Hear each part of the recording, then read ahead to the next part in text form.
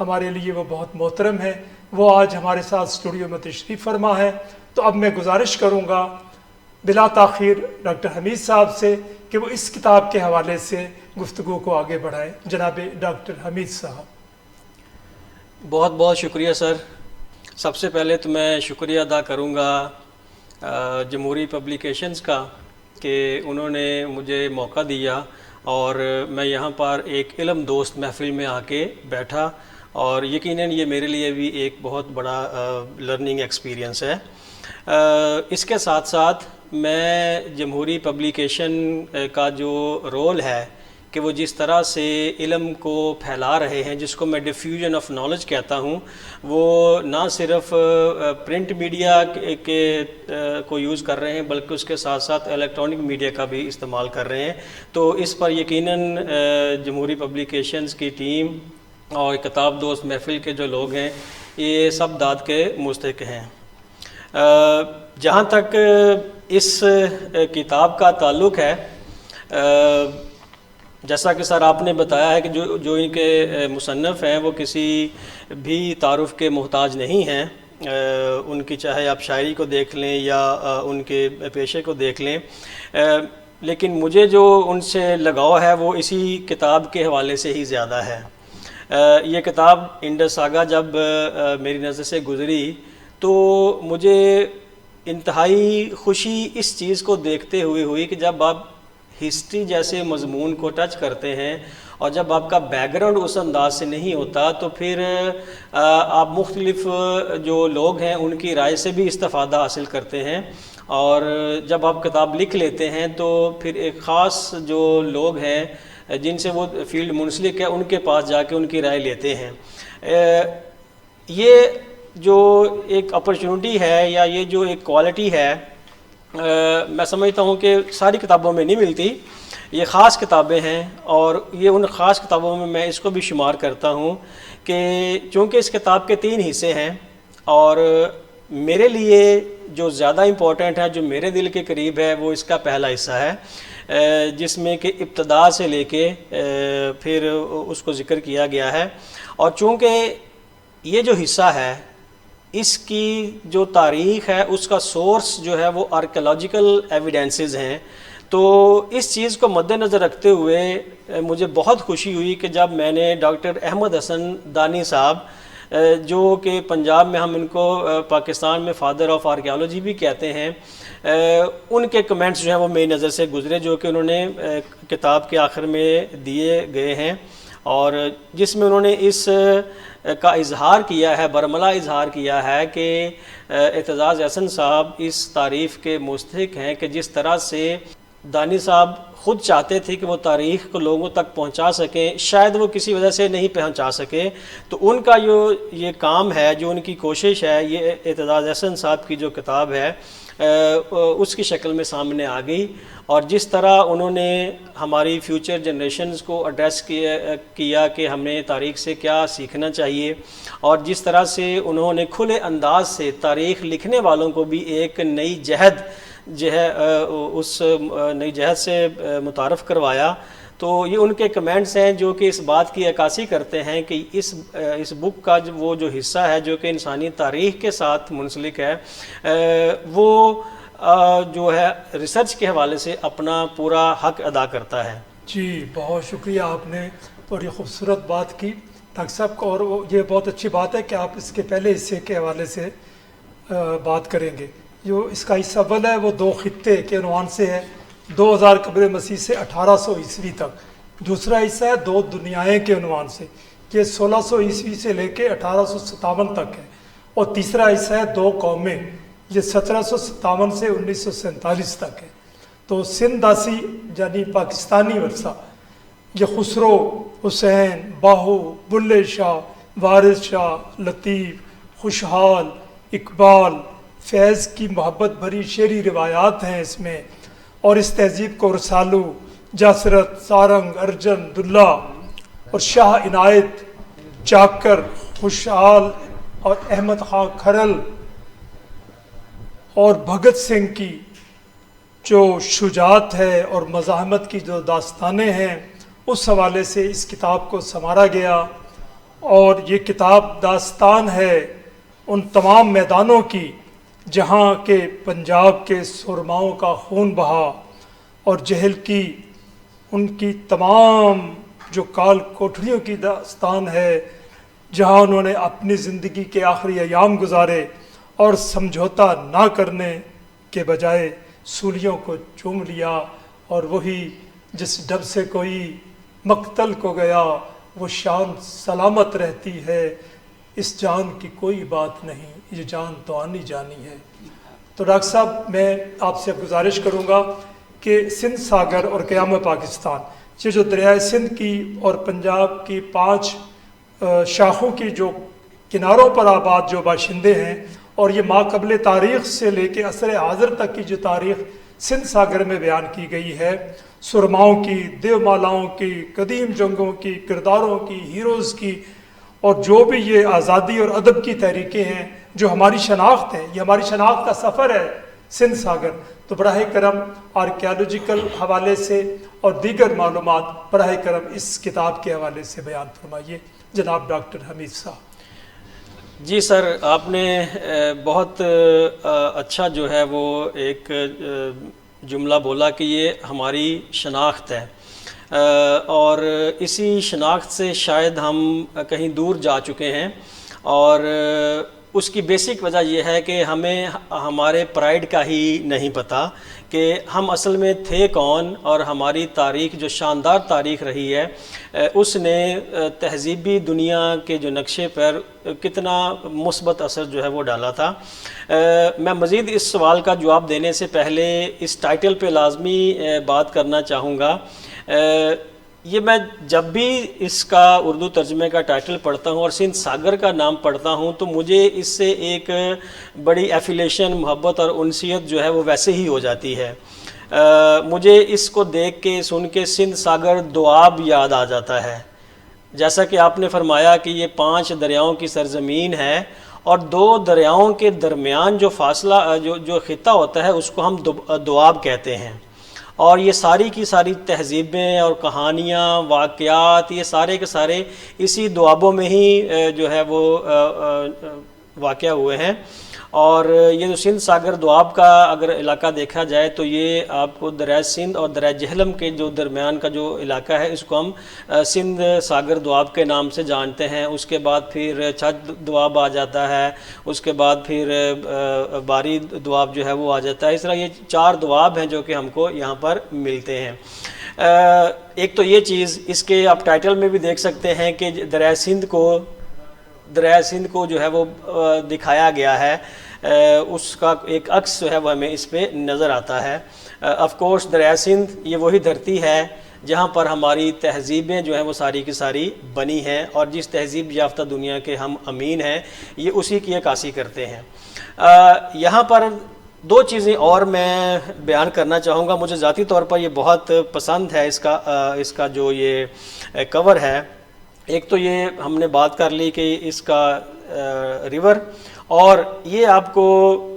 جو لائن نظر آ رہی ہے، ٹھیک ہے، اس کو عرف عام میں تو ہم اجرک کے نام سے جانتے ہیں، لیکن اگر یہ ایک لائن یہاں پہ رکھی گئی ہے تو کوئی نہ کوئی اس کا مطلب ہونا چاہیے۔ یہ ایسے نہیں ہے کہ اس کو بغیر کسی سوچ سمجھ کے تحت رکھ دیا گیا ہے۔ اجرک ہم جانتے ہیں کہ ہمارے جو سندھ میں رہنے والے لوگ ہیں، ہمارے بھائی ہیں، ان کی ایک پہچان کے طور پر جانا جاتا ہے، لیکن ستم ظریفی یہ ہے کہ ہم نے جغرافیکل باؤنڈریز اس کو خود ہی دے دی ہیں، حالانکہ ایسی ہرگز بات نہیں ہے۔ یہ عکاسی کرتی ہے وادی سندھ کی تہذیب کی، جو آج سے 5000 سال پہلے پورے زور و شور پہ تھی، اور دنیا کی جو چند تہذیبیں ہیں اور نمایاں تہذیبیں ہیں ان میں اس کا شمار ہوتا تھا۔ چاہے آپ بات کر لیں مصر کی تہذیب کی، چاہے آپ دجلہ اور فرات کی تہذیب کی بات کر لیں، یا آپ یلو ریور کی تہذیب کی بات کر لیں، اس سب میں جو نمایاں تہذیب تھی وہ وادی سندھ کی تہذیب تھی۔ اور وادی سندھ کا جو رولر تھا، جس کو ہم کنگ پریسٹ کے نام سے جانتے ہیں، یہ ذہن میں رکھیے گا کہ میں 5000 سال پہلے کی بات کر رہا ہوں۔ اس کنگ پریسٹ کا جب مجسمہ آرکیالوجسٹ نے ڈسکور کیا تو اس کنگ پریسٹ نے یہ جو ڈیزائن ہے، یہ جس میں بعد میں جا کے اجرک جو ہے وہ ڈیولپ ہوتی ہے، وہ ٹری فائل 3 پتوں والا جو ایک ڈیزائن ہے وہ اس نے پہنا ہوا تھا، چادر ایسے ہی ڈائگنلی پہنی ہوئی تھی، جیسا کہ آج بھی ہم مختلف علاقوں میں جائیں تو ہمارے لوگ جو ہیں وہ چادر کو اوڑھ لیتے ہیں، تو اس نے بھی وہ چادر اوڑھی ہوئی ہے اور اس کے اوپر یہی ڈیزائن ہے جو کہ ہمیں کو اس کتاب میں ملتا ہے۔ تو یہ ڈیزائن وہاں سے لیا گیا ہے، اور میں نے پہلے بھی بتایا ہے کہ اس ڈیزائن کو یا اس ٹریڈیشن کو کسی صوبے کی حد تک رکھنا، میں سمجھتا ہوں کہ اس پہ ہمیں سوچنے کی ضرورت ہے کہ کیا ہمیں یہ کرنا چاہیے، اس کو پھیلانا چاہیے، کیونکہ جب تہذیب ہماری ہے اور ہم ہی اس کے امین ہیں، وارث ہیں، تو جو اس کی روایات ہیں وہ سانجھی روایات ہونی چاہیے، وہ کسی ایک خطے تک اس کو ہم محدود نہیں رکھ سکتے۔ اگلی بات جو ہے وہ یہاں پر یہ ایک ٹیراکوٹا سیل، اس کو ہم ٹیراکوٹا سیل کہتے ہیں، جو کہ مٹی سے بنی ہوتی ہے، مٹی کو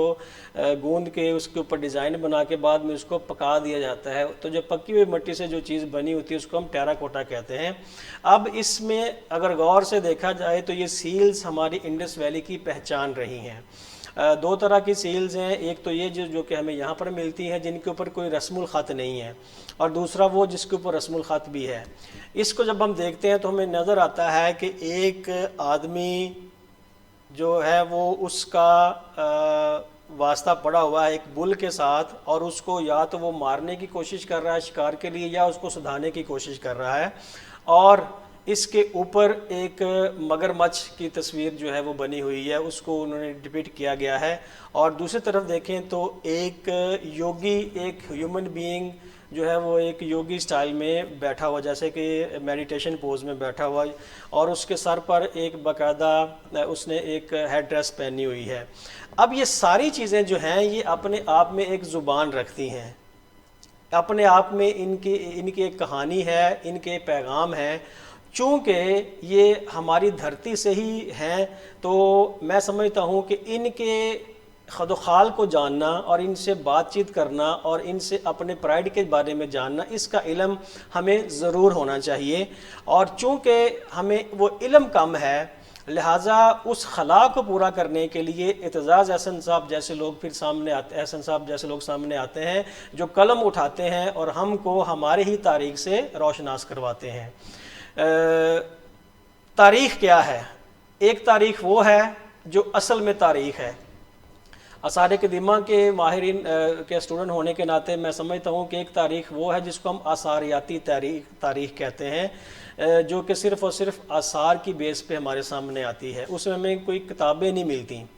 ہم نے جو وادی سندھ کی تہذیب کے لوگ ہیں، جو رسم الخط انہوں نے لکھا، ہم اس کو آج تک ڈیسائفر تو نہیں کر پائے، تو پھر ہم اس تہذیب کے بارے میں، جہاں پر یہ ہڑپا کی بات ہو رہی ہے، موہنجو داڑو کی بات ہو رہی ہے، تو پھر ان کی تہذیب کے بارے میں ہم جانتے کیسے ہیں؟ تو جاننے کے لیے وہ جو تاریخ ہے وہ آثاریات پہ ہے۔ آثاریات کے جو اسٹوڈنٹ ہیں وہ یہ فن حاصل کرتے ہیں، اس میں مہارت حاصل کرنے کی کوشش کرتے ہیں کہ 5000 سال پہلے جو آبجیکٹس ہیں جو ہیومن بینگز کے استعمال میں رہے ہیں، وہ انسان تو اب موجود نہیں ہیں لیکن ان کے زیر استعمال چیزیں موجود ہیں، اور وہ اپنے آپ میں ایک پوری داستان سناتی ہیں کہ وہ کس سماج سے جو ہے ان کا تعلق رہا ہے۔ تو ایک ہے آثاریاتی تاریخ، اور ایک ہے پھر وہ تاریخ جس کو کہ ہم جو لکھی ہوئی تاریخ ہے۔ اب اگین اس تاریخ کو پڑھتے جائیں تو ایک تاریخ جو اصل تاریخ ہے، اور دوسری وہ جو تاریخ ہے جو لکھی گئی ہے، اور پھر تیسری تاریخ ہے جو پڑھائی گئی ہے۔ میں اس کو بائیفرکیٹ کرتا ہوں ان مختلف صورتحال پہ کہ وہ کیا ہے۔ پھر ایک وہ تاریخ ہے جس کو کہ نظر انداز کیا گیا ہے اور ہمیں اس سے محروم رکھا گیا ہے، اور اسی پس منظر میں یہ کہتا ہوں کہ یہ جو کچھ ہوا ہے اس میں ہمیں ہماری اپنی تاریخ سے، اپنے پرائڈ سے جو ہے وہ کاٹ دیا گیا ہے۔ کتاب بھی بار بار اس امر کی طرف ہمیں توجہ دلاتی ہے کہ بھئی ہم اپنے آپ کو پہچانیں۔ مجھے وہ اقبال کا شعر یاد آتا ہے کہ خودی کو کر بلند اتنا کہ ہر تقدیر سے پہلے خدا بندے سے خود پوچھے بتا تیری رضا کیا ہے۔ اب یہ جو خودی ہے اصل میں یہی وہ آئیڈینٹی ہے، اور خود شناسی کا جو امر ہے وہ یہی امر ہے کہ ہم اپنی زمین سے جڑے رہیں، اور پھر اس سے ہم اپنا پرائڈ بھی حاصل کریں اور اپنی پہچان بھی حاصل کریں. اور آئیڈینٹی جس کو ہم کرائسس کی شکل میں آج کل دیکھتے ہیں، میرے نزدیک ایسی کوئی آئیڈینٹی کرائسس نہیں ہے. اس کی وجہ یہ ہے کہ آئیڈینٹی کرائسس ان قوموں کے ہوتے ہیں جن کے پاس کوئی تاریخ نہیں ہوتی، جن کے پاس کوئی ورثہ نہیں ہوتا، جن کے پاس کوئی کہانیاں نہیں ہوتی، جن کے پاس کوئی ہیریٹیج نہیں ہوتا. ہماری تو تاریخ ہمارے آس پاس موجود ہے، اور اس طرح کی کتابیں ہمیں دھکیلتی ہیں کہ ہم اس کی طرف جائیں. جی بہت بہت خوبصورت باتیں چل رہی ہیں. انتہائی عمدگی سے آپ نے یہ پس منظر جو ہے یہ بیان فرمایا ہے اجرک کے حوالے سے. اور ہماری تہذیب، واقعی ہمیں تو یہ بتایا جاتا ہے جی ہماری جو تہذیب ہے نا وہ تو شاید وہ محمد بن قاسم کے حملے سے ہی شروع ہوئی ہے. تو یہ بات تو صحیح نہیں ہے. ہمیں کیوں تاریخ ہماری مسخ کی جا رہی ہے؟ ہمارے جو سورما ہیں جنہوں نے کام کیا، جو صوفیاء ہیں، اس حوالے سے ہمیں کیوں نہیں بتایا جا رہا؟ ہماری جو تہذیب ہے یہ اس سندھ ساگر میں اعتزاز احسن صاحب نے ہماری اصل تہذیب سے، ہماری اصل تاریخ سے ہمیں روشناس کروایا ہے. اور اتنی یعنی کہ عمدگی سے یہ جو کتاب ہے یہ آپ کو تاریخ کے حوالے سے انتہائی عمدہ معلومات دیتی ہے. آپ پڑھیے. اور جمہوری والوں کا، ہمارا جو جمہوری پبلشر ہے، اس کا ترہ امتیاز ہے کہ ان کتابوں سے ہم نے آپ کو روشناس کروایا ہے جس پہ شاید ہی کام ہوا ہو. اور یہ جو ترجمہ ہوا ہے یہ اسی حوالے سے تھا اور لوگوں نے پسند کیا. اسی طرح سے ہماری جو کتابیں ہیں جمہوری کی ہر موضوع پہ ہیں. تو میں ڈاکٹر صاحب اب آپ سے یہ گزارش کروں گا کہ یہ تاریخ کے حوالے سے جو ہمارا جو کام ہے، اور پھر آرکیالوجی جو آپ کا موضوع ہے، یہ بتائیے کیا مستقبل ہے اور لمحہ موجود میں یہ کیسے جا رہا ہے آرکیالوجی کے حوالے سے، اور یہ کتاب جو ہے اس حوالے سے مزید کچھ معلومات ہمیں دیجیے. جی ڈاکٹر صاحب. جی میں اسی طرف ہی آ رہا تھا. آثار قدیمہ کا جو علم ہے بدقسمتی سے ہم نے شاید اڈاپٹ کیا ہوا ہے، اور ہم نے کوشش ہی نہیں کی کبھی کہ ہم خود سے اپنے آپ میں وہ ایبلٹی پیدا کر سکیں کہ جس میں ہم اپنی تاریخ کی جو انٹرپریٹیشن ہے وہ خود کر سکیں. اس لیے میرا ایک سلوگن ہے، میرا ایک پرائیڈ ہے کہ جب زمین میری ہے اور جب یہ کلچر میرا ہے، یہ تہذیب میری ہے، یہ ہیریٹیج میرا ہے، تو سن آف دا سوائل ہونے کے ناطے پہلا حق مجھے ہی پہنچتا ہے کہ میں اسی تاریخ کی جو انٹرپریٹیشن ہے وہ خود کروں.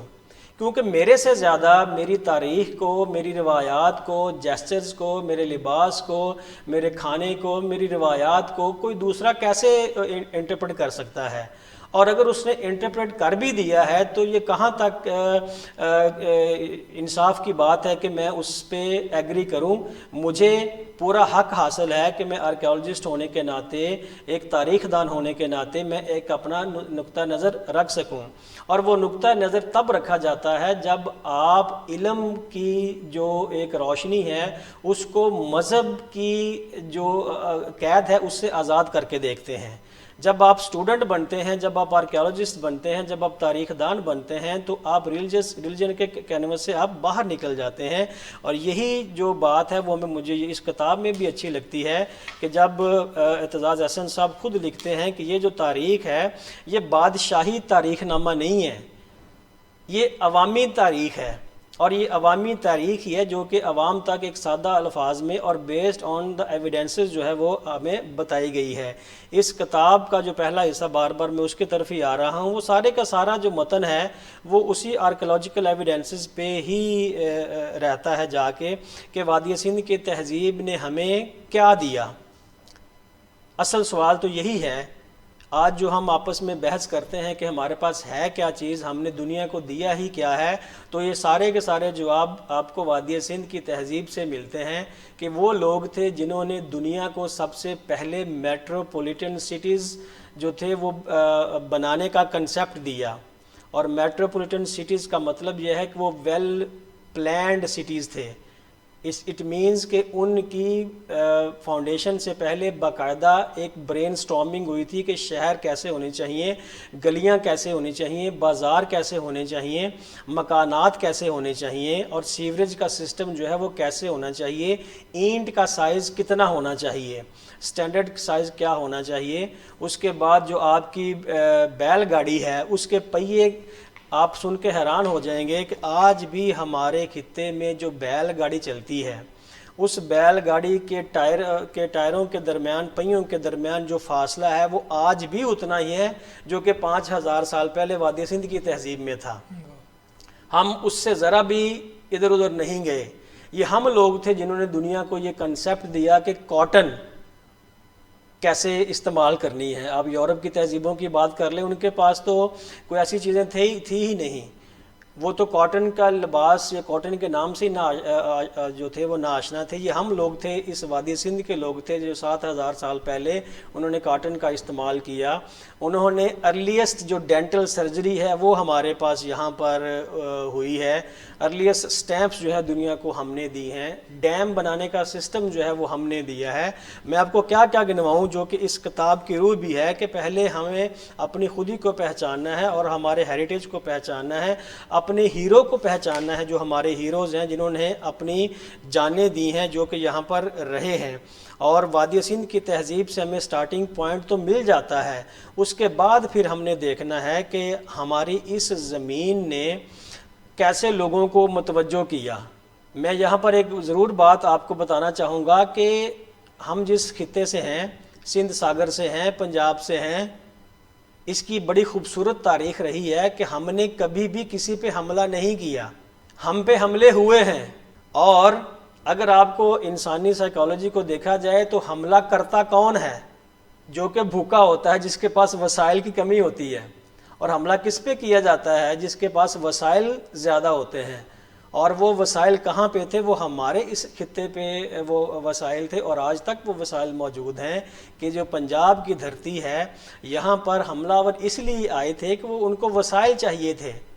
پھر یہاں کے لوگوں نے بھی اپنی زمینوں کو پروٹیکٹ کیا، اور پھر وہاں سے ایک جو یہ خودداری کا جو کنسیپٹ ہے، جو لڑائی کا، جو مار کا خیزی کا جو کنسیپٹ ہے وہ وجود میں آیا۔ چاہے آپ آرینز کی بات کر لیں، چاہے آپ یونانیوں کی بات کر لیں، چاہے آپ سینٹرل ایشینز کی بات کر لیں، ٹھیک ہے، اور ماڈرن پس منظر میں بھی آپ اس کو کسی بھی موومنٹ سے جوڑ سکتے ہیں۔ تو اس خطے پر ہی کیوں لوگ ابھی تک آ رہے ہیں؟ کیا اچھا ہے یا کیا خاص ہے اس خطے میں جس نے دنیا کو دیا ہے؟ تو اس نے تہذیب دی ہے، اس نے وسائل دیے ہیں، اس نے زندگی گزارنے کا حسن دیا ہے، اور اس نے دنیا کو وہ تمام تر چیزیں دی ہیں جس کے کہ آج ہم اپنی روزمرہ زندگی میں ہم اس کو استعمال کرتے ہیں۔ جی، بہت بہت خوبصورت باتیں کی ہیں آپ نے۔ وقت کی بھی تنابیں کھنچ جاتی ہیں، تو دیکھیں ہم بات کرتے ہیں مصری تہذیب کی، سمیری تہذیب کی، یونانی، ہمارے اپنی تہذیب کتنی رچ ہے۔ اب ہڑپا دیکھیں، اب موہنجو ڈارو، اب مکلی کے قبرستان صرف جا کے دیکھ لیں، تو کیا ڈاکٹر صاحب یہ جو موجودہ دور میں کیا آرکیالوجی کے حوالے سے کیا کوئی نئی کھدائیاں، کوئی نئے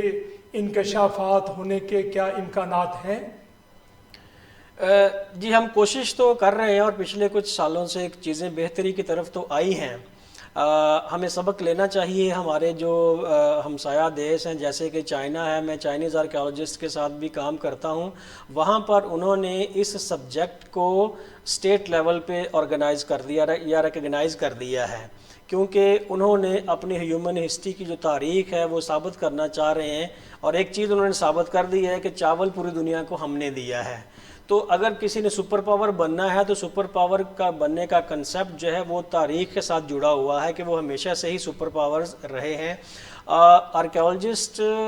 کوشش کر رہے ہیں، اور حکومتی اداروں کا تعاون بھی ہے، لیکن مزید تعاون درکار ہے۔ اور سب سے بڑی بات یہ جو میں آپ کو بتاؤں کہ آرکیالوجی کی جب ہم بات کرتے ہیں تو شاید ہمارا کنسیپٹ ہی کلیئر نہیں ہے۔ جیسے تاریخ کا کنسیپٹ ہمارے پاس کلیئر نہیں ہے، ایسے آرکیالوجی کا ہی کنسیپٹ ہمارے پاس کلیئر نہیں ہے کہ ہم نے اس کو پڑھ کے کیا کرنا ہے، اس کو ہمیں پڑھ کے کیا ملے گا۔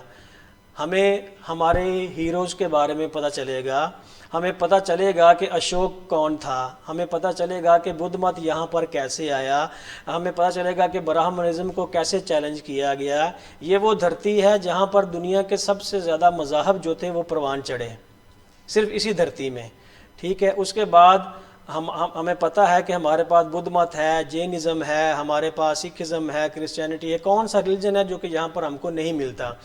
اس کے بعد وہ اتنے ہیرو جو ہیں وہ ہمارے پاس آئے ہیں۔ ہیرو کی بات کروں تو ظاہر ہے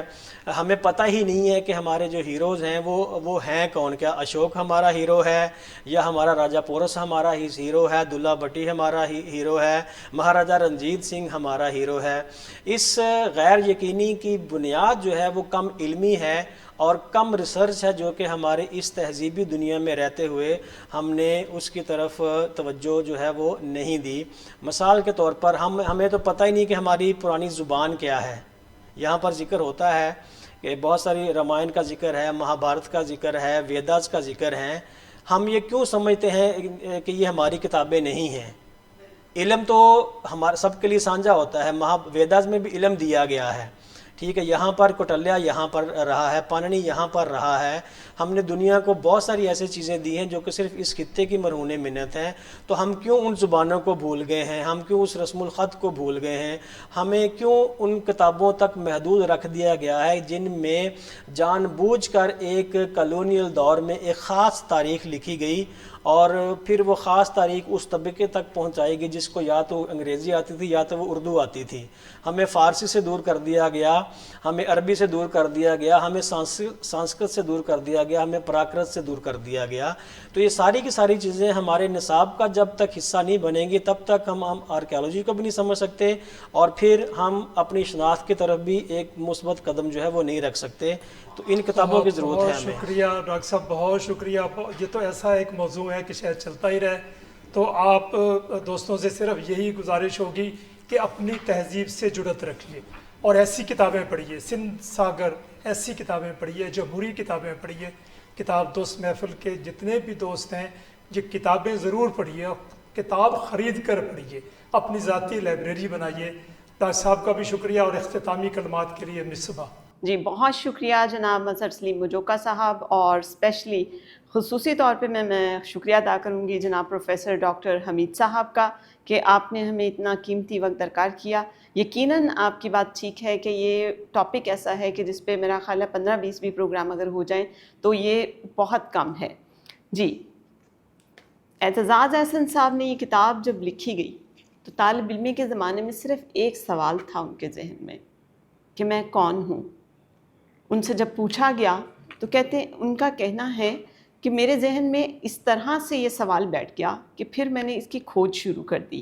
اور پھر انڈس ساگا انہوں نے کتاب مرتب کی جس کے 32 چیپٹر ہیں، اور اس کے اندر ایک جو چیپٹر ہے اس کی تفصیلات دی گئی ہیں۔ اس میں صرف میں 2 لائنیں پڑھوں گی۔ وقت آ گیا ہے کہ فرقہ واریت، لسانیت اور علاقیت کے فشار، موقع پرستی اور نمود و نمائش کی پھیلائی گئی زہریلی دھول کو اس چھلملاتے کپڑے پر سے جھٹک دیا جائے تاکہ اس کی اصل تابندگی قوم کے بیٹوں اور بیٹیوں پہ آشکار ہو سکے اور اپنی قوم کی باطنی قوت پر ان کا اعتماد بحال ہو۔ یہ وقت ہے پاکستان کو ایک روادار، ترقی پسند اور جدید مسلم ریاست کے طور پر کھوج نکالنے اور اقوام عالم میں اس کا جائز مقام دلوانے کا، کہ پاکستان کی گمگشتہ روح کی تلاش کا یہی مقصد ہے۔ بہت اعلیٰ ٹاپک ہے۔ ابھی آپ نے تمام یقیناً گفتگو سے لطف اندوز ہوئے ہوں گے اور اس کے بارے میں جاننے کی بھی جستجو پیدا ہوئی ہوگی۔ تو میری تمام اپنے قارئین سے، ناظرین سے، حاضرین سے گزارش ہے کہ وہ اس کتاب کو ضرور خرید کر پڑھیں، اور کوئی اتنی زیادہ قیمت نہیں ہے اس کے ضخامت پہ دیکھیے، اس کے مواد کو دیکھیے تو یہ کچھ بھی نہیں ہے۔ اس وقت اسکرین پہ ہمارا نمبر آ رہا ہے، آپ آرڈر کر سکتے ہیں ہمیں، اور ہمارا واٹس ایپ نمبر بھی اس کے ساتھ ہی۔ مجھے دیجیے اجازت، پھر ملوں گی انشاءاللہ اگلی کتاب، ایک نئی کتاب، ایک نئے مہمان کے ساتھ۔ تب تک کے لیے اللہ نگہبان۔